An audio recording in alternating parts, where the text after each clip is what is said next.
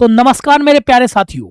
चलिए आज हम बात करते हैं अध्यादेश, यानी कि भारत के राष्ट्रपति के द्वारा जारी की जाने वाले अध्यादेश। यानी कि आज हम बात करने जा रहे हैं आर्टिकल 123 के बारे में। अध्यादेश, अगर पहली बार मैं बात करूं, भारत में अध्यादेश जारी करने की जो परंपरा है वो गवर्नर जनरल से आरंभ होती है और वर्ष 1861 के भारत परिषद अधिनियम के द्वारा गवर्नर जनरल को पहली बार अध्यादेश जारी करने का ऑथोरिटी दी जाती है भारत के अंदर।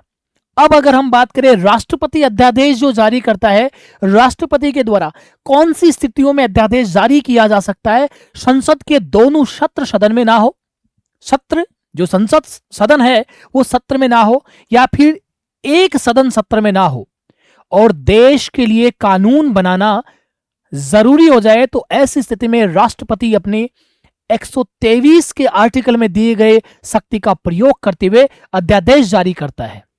यह अध्यादेश क्या होता है? एक अस्थायी कानून होता है। अगर इसी अध्यादेश को आगे चलकर संसद के दोनों सदनों के द्वारा पारित कर दिया जाता है तो यह कानून बन जाता है। उससे पहले यह अस्थायी कानून के रूप में रहता है। चलिए बात करते हैं किस किस विषय पर राष्ट्रपति अध्यादेश जारी कर सकता है। तो संघ सूची के विषयों पर, समवर्ती सूची के विषयों पर, लेकिन जो राज्य सूची के विषय है उसमें अनुच्छेद 352 यानी कि राष्ट्रपति शासन के समय और 356 यानी कि राष्ट्रीय आपात के समय ही राष्ट्रपति के द्वारा अध्यादेश जारी किया जा सकता है।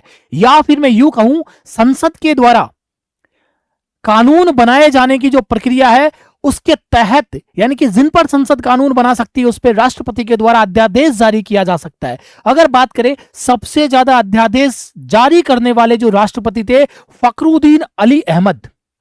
अब आपसे पूछे राष्ट्रपति ये अध्यादेश किसके कहने पर जारी करता है, तो मंत्रिमंडल की सलाह के ऊपर इसे जारी किया जाता है। अब एक शानदार सा प्रश्न यहां से बनता है, अध्यादेश की अधिकतम सीमा कितनी होती है?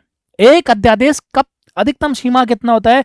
तो 6 माह 42 दिन या फिर 6 सप्ताह।